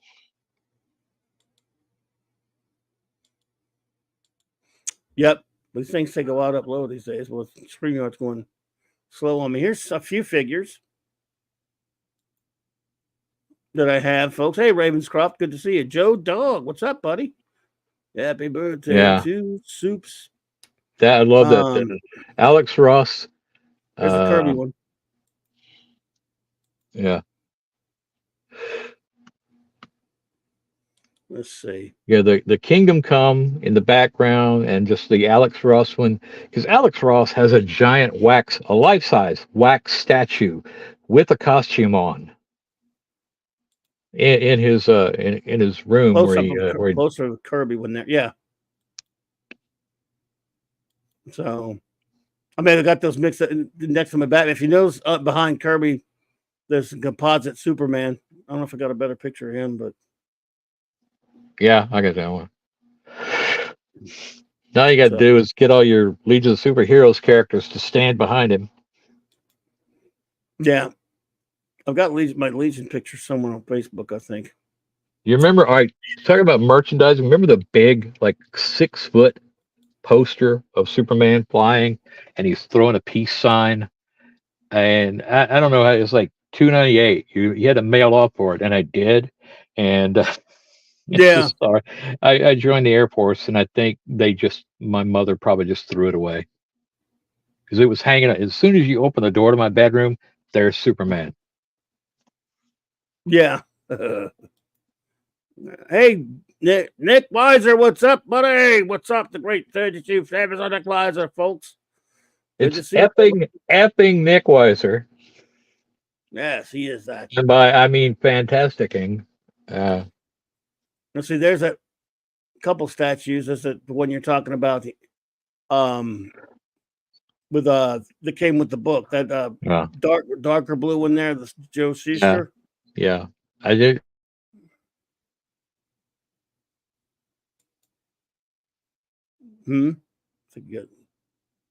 Get that from the Warner Brothers store? Yeah, which one? The one that's the biggest one in there in the picture. So. Because they used to sell stuff like that. I think I did. Going out of business and said, "Is you going to give me a discount?" And the guy goes, "I'm taking everything in here and putting it on eBay." Who said that? Just the manager of the Warner Brothers Oh, store the back then. old Warner You remember Brothers store. Yeah, they had the big Superman and Batman breaking through the wall. I got the big. Yeah. It was a picture of us, of you and Yeah. me, before that thing. Well, many years ago, when we were young and handsome, well, I was We were young young. anyway. You were handsome. We were both young. You had some hands, or so I heard. I heard I had hands. Yeah, I Yeah, did have hands at that point. yeah, I was handsy. and presumably Hands on. still do. Oh yeah. You never heard it said like that Beatles song. I had to use my hands. Sorry. I don't want to go around presuming anything, but I would tell people that had never met you and you have an icon, not a picture. He does, in fact, have at least two hands. Yes, I used me own two hands. So let's see, where in the hell? Okay, was looking for some more pictures, but as you can see there, that's sort of like a newer Mego back here. Patrick, sort of like a Mego when there up in you. Oh, you know what Superman action figures I never had and never will get is the lightning bolt blue Superman, or the Kryptonian ceremonial armor, or the Jethro Superman. You know what I would love to get? What? And Superman red, Superman blue in one package. Oh yeah. That would be neat because they're the same guy. Yeah. They're pretty cool. But if you go to Target, there's a package that has Superman, and it says Superman of Earth 3. It's Ultraman. Sorry, folks, you got it wrong. And it's like $40 or $30 or something. And I'm sorry, the sculpt on those things is terrible. One of the best uses I've seen for a comic book representation of Superman was that Public Enemies, because the artist, can't think of his name right now. Whenever the artist drew them, it looked like he was designing action figures. Was that And McGinnis? they worked really well as action figures. Yeah. Let's see here. Got a couple more. I'm getting ready that I wanted to show. Because Superman figures are cool to look at. Well, some of these are mixed up. Some of them are from our world's finest collection coming up here. Oh, I just got, I don't know if this means anything. I was in a Walmart today, and the McFarlane figures, which for the most part are okay. He does a lot of multiverse variations. And I saw an Owlman a few weeks ago that I wanted to get, and I'm looking at it, it's like, I'm not going to pay $25 for this. They're getting outrageous. So I'm over at Walmart in a town over, and I looked at it, and there's this sticker above it that says $13. Oh, that's cheap. That can't be this one because it didn't have. But I go up there and ring it up. They rang up $12.50. So I don't know if you're out there and you're looking for those McFarlane figures, go see if the prices come down, because those small ones, the Superpowers figures, are $6 now. That's pretty cheap for Al, man.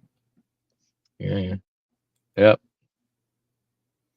I wish they'd made him look like the one from the Earth 3 characters, but it's like the more modern Owlman, but he still looks pretty good. And I'm not attached to Owlman. I'm like our friend Mark. I don't really like collecting villains unless they look good. Yeah, I got some villains. I mean, I collect them sometimes. Dr. Doom, of course. I got Doom, and I got a good Thanos, and a good Ultron, and a couple of. Yeah, I mean, I got a bunch of them actually. I got all the. Is Submariner a villain? Because sort of, but no, he's not really. But I got a couple. I mean, I do like getting the villains too. But I understand. I got. Is it Mark? Was it Ace? Yeah, it is more. No, Ace. It was Ace. Not when I say Mark, I mean Ace. No. I don't know what you're talking about. I would say it was Ace, because it's also Carlos. think he's like You that. 'Cause he can't get no remember demon. going to Ace's house and looking at all his freaking action figures that he had in one room? Yeah. And but I'm not saying I've surpassed him now, but I'm probably getting close to where he was then. right. Yeah. So here's some there's a little mix of Batman and Superman right there, folks. Hey, Larry, Princess Fiona. Hey there, Cam, buddy, what's up? Happy Superman birthday. Let's see. Here's a couple of Golden Age from the very start. Soupies and Bats. Yeah. This is from our world's finest collection, folks. Yeah. I got both of those. That's Yeah, this is pretty good. Then, of course, continuing world's finest. Remember when Robin hung out with him? yeah. Superman's way bigger. That was from a different. Yeah. Especially his head. Yeah, different he's got- Batman there.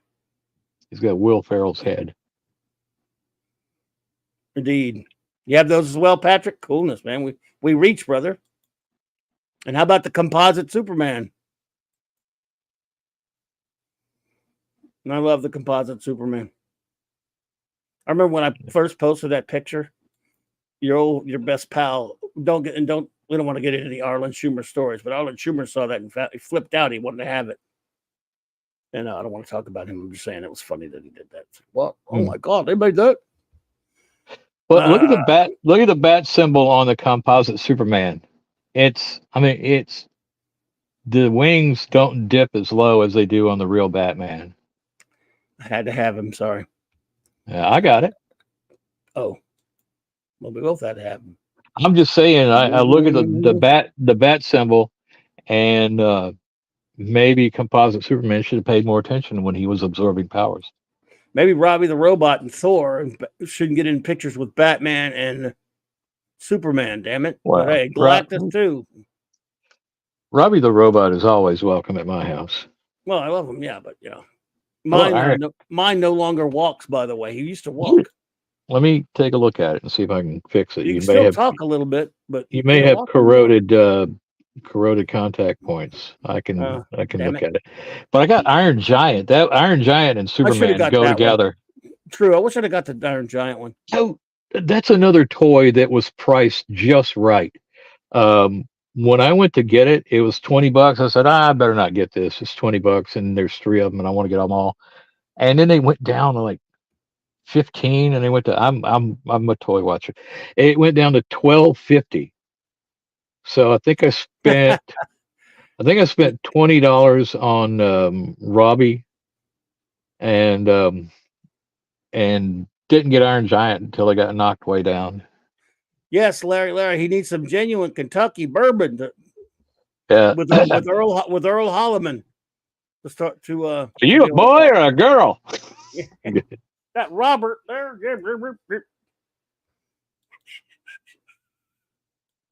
Yeah, so there you go. What the hell? Wow, Buck bourbon. Ah. Is that he wanted to know if Robbie was a boy or a girl, and Robbie had a response. Yeah. Like in my case, that is immaterial. Yeah. Hey, look, it's Batman and Superman. Look, Earth 2 Robin there. Yeah, so this is just a little bits of some of my acting figures, folks. My wife is kind of like Mark D's wife. She lets me get these things once in a while. I don't go out there. But I have been around so much that somebody took my stuff and put it in a box and put it out on the road without my knowledge. I'm not saying she's not going to do it now, but this is for when I die. She's going to open an eBay store and sell it all. What?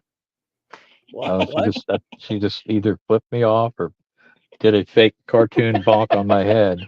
Hey, Darth. What's up, buddy? Just walked in here and here you come. Felt like I needed to be beat up or something. No, my goodness. But yeah, I mean, people spend tens of thousands of dollars developing toys And here they are. They're already made. All you gotta do is make them. You don't have to get R&D or anything like that. And every once in a while, you got these like Superman toys where he's got a spacesuit on, uh, or he's got like the thing that McFarlane did, the Supermobile. You know, the one where you put the Well, you gave little, me. You yeah, gave me you that put one. the little, you put Superman inside the Supermobile. It's got wheels on the bottom. You push it, the fists are supposed to go back and forth. Yeah, you gave me that one. I got mine too. So, and the new Batmobile, the new Superpowers Batmobile, is like the old one that our friend John, who collects like Batman and Star Trek. I think it's Batman and Star Trek exclusively. Uh, he dodged a bullet when a guy was trying to sell him the original. Now it wasn't original.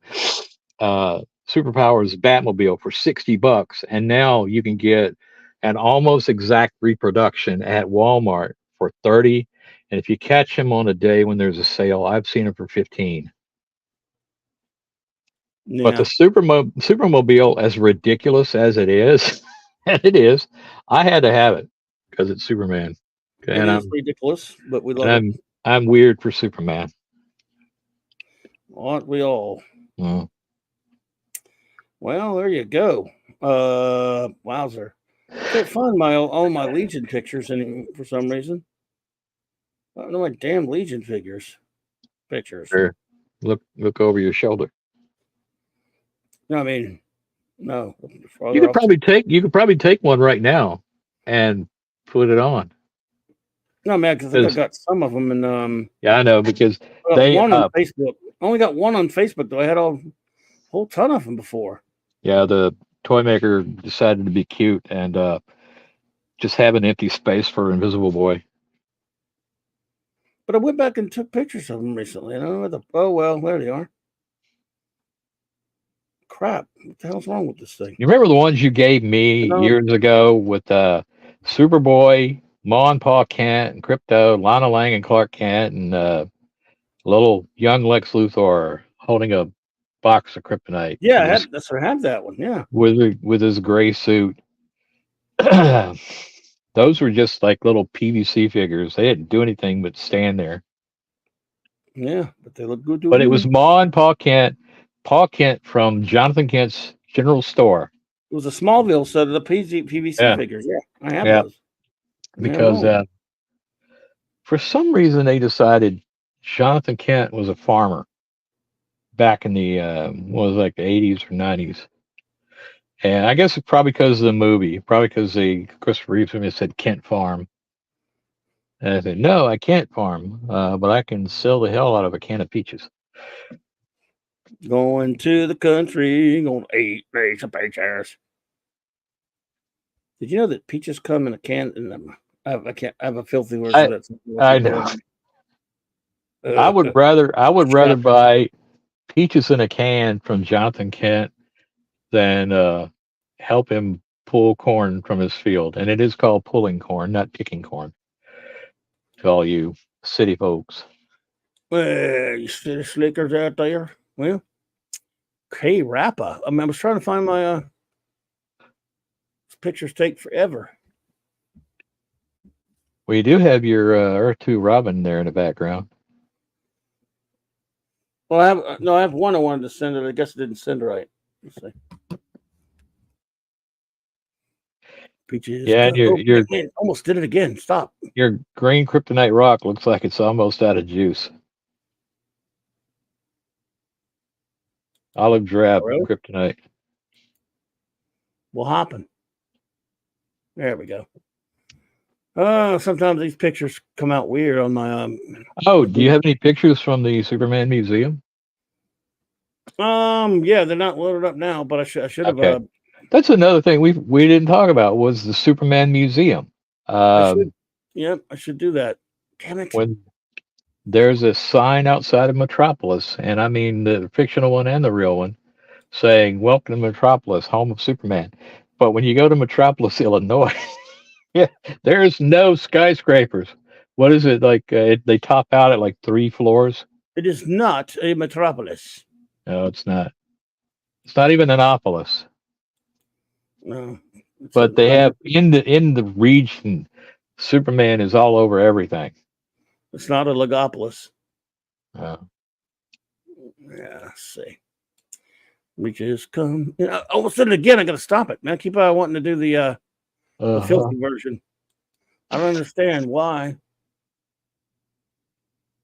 Why you were born that way. That's what it is, True.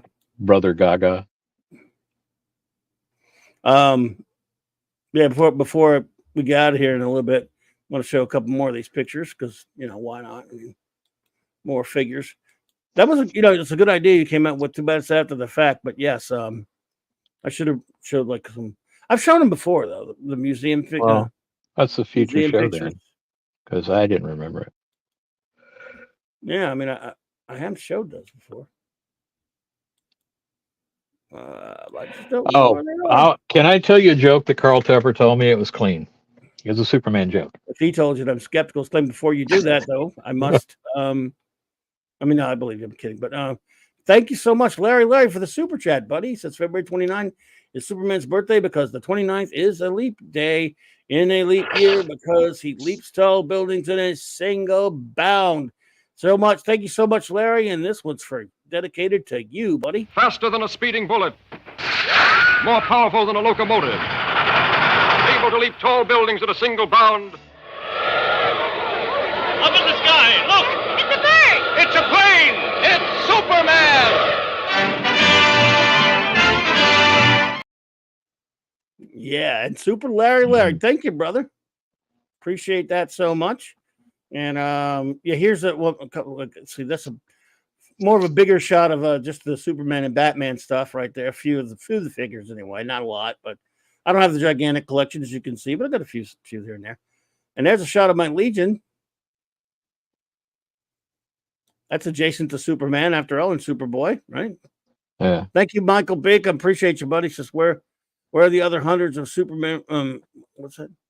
Other hundreds of Supermen. Oh, one except you have. I expect you have.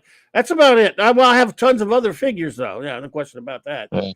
Anyway, this is my Legion. A little Black Bolt Stoke in there, so did Adam West. But there's Crypto. Mm-hmm. Super microwave in the background. Yeah. Legion of super appliances. Okay. So you were going to tell us a Carl Tupper joke? Oh, anything? I can't tell it like him, and my throat would dry out and blow me away.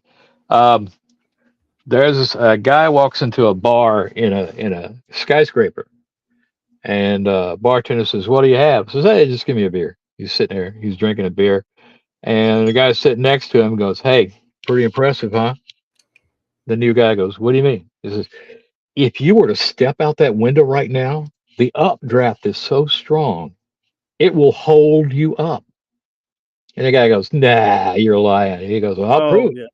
Guy walks over to the window, and he opens the window, and he steps outside. He's just floating there.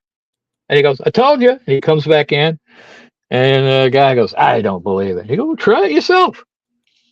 So the guy goes out, he opens the window, steps outside, falls to his death. Bartender looks over at this normal looking guy and goes, "You're a mean drunk, Superman." Yep. Nice. see how I cleaned that one up? Michael Bacon, you should do that on your birthday. I should be giving you a super chat if I could. Thank you, Michael Bacon, for that. You're too kind, but he says, "I have to go for now. Over to the daughter's house for dinner, but hope to be back during tonight's clubhouse. Be seeing you, my friend. And thank you. You're too kind to do that on your own birthday, no less. Man, you shouldn't be doing that, but thank you. And shout out to Cassandra and your wonderful daughter and family. And I hope you have a fantastic birthday, buddy." Also, too bad that most of the time only Saturn Girl is a delay. Only Saturn Girl, yeah, figure we can buy. Yeah, only Saturn Girl. That's right. You almost popped out. But I did pop out. Let me put it back in. Yeah, Metropolis, Illinois is where it is. Melted copper. I've been to it once, and I want to go again. I've been to it none, and I want to go once. before You I will. die next month. You will. Mm. You'll go to it before you die or after, one way or the They, I looked on their website and they suggested for lodging you stay at Paducah, Kentucky, which is 20 miles away. across the river. Yeah. And another little story is going to be I went up with my friend Scott one time, and as his paying me for driving him up to Cincinnati, we had to go pick up his dad. We were taking his son, who I practically raised. Anyway, we're going up there, and on the way back, I said, "Hey, uh, what time does the Superman Museum close?" And my friend's dad goes, there's no point going there. The place is probably already closed. And it was like, we were in Paducah. We're passing through Paducah. And I knew it was 20 miles from there. So, so I said, what, we're not going to the Superman Museum like you promised me? He goes, no, don't worry about it. And his dad goes, somebody cut the head off the Superman and they found it and they had to put it back on. He was doing anything to keep me from going to Superman Museum. So we go like 20 miles out of the way. I know this place like the back of my hand. Guess what? He didn't look at the back of his hand because we go 20 miles down the road. Hey, where's this place? Oh, I think we missed the turn. So we go back. And all this time we went jagging around on the back roads. I could have gone into the Superman Museum. And Yeah. when we dumped him off at his house in not Kate, where was it? Poplar Bluff, Missouri. I said, Scott, that Superman Museum would have been fun. He goes, you ain't never gonna let me Yeah. forget that, are you? Nope. No, I'm not. Too bad in those times. Yeah, I hear you, LT. They should have done more than that. Well. We've talked a little Superman for a couple hours here and hung out and celebrated it. I'm going to have to be moving along in a second because I'm going to go on the great, our great Go buddy get your Tom. real job. Midnight's Edge After Dark is about to go on, and I'm going to hopefully join those wonderful folks over there and hang out with them. But again, once a year, I always celebrate Superman month, and I always do like a birthday thingy, but it's only once every 4 years. Can you do that on the actual date? So I wanted to do something, even though it's a busy day, Thursdays. But well, Cam says, so we'll take a last round if anyone has any questions or anything to say. Hey, Clobby, I know you're doing a show at 10. 9 my time, 10 your time, but at 9 there will be Cardinal tonight. Yeah, I was told about that. Cardinal stream. I do it at 9 Central, actually. Cardinal stream for our lost friend Gil, Canadian Spider-Man, if you could stop by. I wish I could. I've already talked to Canadian Spider-Man about it on this. I would love to be there. I'm honored to be invited, and we've all missed Gil, and I'm so sorry about that, but it's a scheduled show, Cam. But I would like to. I mean, yeah, I'm so sorry. I know, and today's not his actual birthday date, but I'll shout it out on the clubhouse tonight. And I'm so sorry that I can't be there, buddy. You said 10. Oh, okay. You must be a different. Yeah, it's 10 your time, right? I gotcha. Okay, I'll check back, see if I can get there for a few minutes, maybe, because it's on. Well, shit. I'll check back when he said it was. I think what time is coming on in my time zone will matter. Because if I can pop in there and have some time between the two, I would do it for sure. I will do it for sure. I maybe I misunderstood the time Canadian Spider-Man told me it was going to be on it. He said it's going to be 8 Central. So I might be able to sneak in for a second. Depends on how quick I get done on Midnight's Edge, Cam. So I'll try it, buddy. But either way, you guys have a great stream. I told him I couldn't because I was thinking I was just getting the time mixed up. Maybe. So I will try. What are you doing? Just showing some more of the original art. Superman. I did, but nobody wants to look at my face. Not even my wife. Why do you think I don't sew mine? Yeah. So, all right. Well, we're gonna start. We're gonna start on out of here, my folks, my friends, my brothers. Be Central. Yeah. 8 Central. As 8 Central is March 7 party. Yeah. So I want to thank you all for being here with us tonight.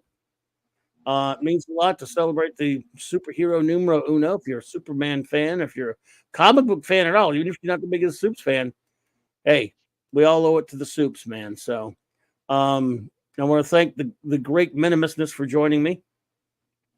You are great. I am great. And we'll have to do any real particular show notes or anything, folks, because you all know that it is after I'll go on in a few minutes. I'm going to go on with Tom and the gang, the Nights After Dark. And then at 9 Central, be back here for the Clubhouse with Raquel and Mark. Until then, thank you all so much. And let us pay a little more tribute to the man of tomorrow. And then we'll get out of here, and I will see you soon. Thank you, everybody. Faster than a speeding bullet. More powerful than a locomotive. Able to leap tall buildings at a single bound. Up in the sky, look! It's a bird! It's a plane! It's Superman!